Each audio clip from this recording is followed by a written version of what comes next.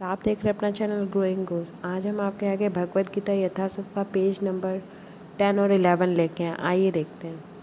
यदि आर्थिक विकास तथा भौतिक सुख किसी के पारिवारिक, सामाजिक, राष्ट्रीय या अंतर्राष्ट्रीय अव्यवस्था से उत्पन्न हुए शोकों को दूर कर पाते तो अर्जुन यह न कहता कि पृथ्वी का अप्रतिम राज्य या स्वर्गलोक में देवताओं की सर्वोच्चता भी उसके शोकों को दूर नहीं कर सकती। इसलिए उसने कृष्ण भावनामृत का ही आश्रय ग्रहण किया और यही शांति तथा समरसता का उचित मार्ग है। आर्थिक विकास या विश्व आधिपत्य प्राकृतिक प्रलय द्वारा किसी भी क्षण समाप्त हो सकता है। यहाँ तक कि चंद्रलोक जैसे उच्च लोकों की यात्रा भी, जिसके लिए मनुष्य प्रयत्नशील है, एक झटके में समाप्त हो सकती है। भगवद गीता इसकी पुष्टि करता है। जब पुण्य कर्मों के फल समाप्त हो जाते हैं तो मनुष्य सुख के शिखर से जीवन के निम्नतम स्तर पर गिर जाता है। इस तरह से विश्व के अनेक राजनीतिज्ञों का पतन हुआ है। ऐसा अधः पतन शोक का कारण बनता है। अतः यदि हम सदा के लिए शोक का निवारण चाहते हैं तो हमें कृष्ण की शरण ग्रहण करनी होगी, जिस तरह अर्जुन ने की। अर्जुन ने कृष्ण से प्रार्थना की कि वे उसकी समस्या का निश्चित समाधान कर दे, और यही कृष्ण भावना अमृत की विधि है। संजय ने कहा।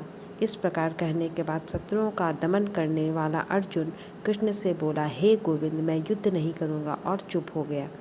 तात्पर्य, धृतराष्ट्र को यह जानकर परम प्रसन्नता हुई कि अर्जुन युद्ध न करके युद्ध भूमि छोड़कर भिक्षाटन करने जा रहा है।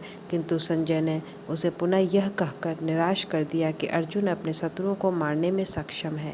यद्यपि कुछ समय के लिए अर्जुन अपने पारिवारिक स्नेह के प्रति मिथ्या शोक से अभिभूत था, किंतु उसके शिष्य रूप में अपने गुरु श्री कृष्ण की शरण ग्रहण कर ली है।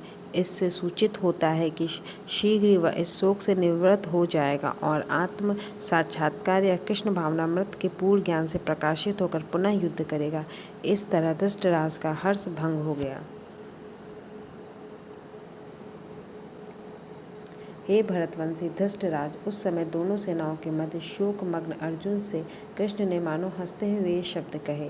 दो घनिष्ठ मित्रों अर्थात ऋषिकेश तथा गुडाकेश के मध्य वार्ता चल रही थी।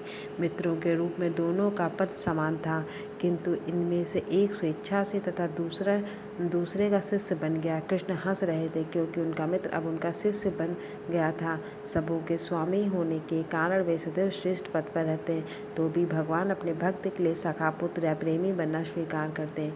किंतु जब उन्हें गुरु रूप में अंगीकार कर लिया गया तो उन्होंने तुरंत गुरु की भूमिका निभाने के लिए शिष्य से गुरु की भांति गंभीरतापूर्वक बातें की, जैसा कि अपेक्षित है।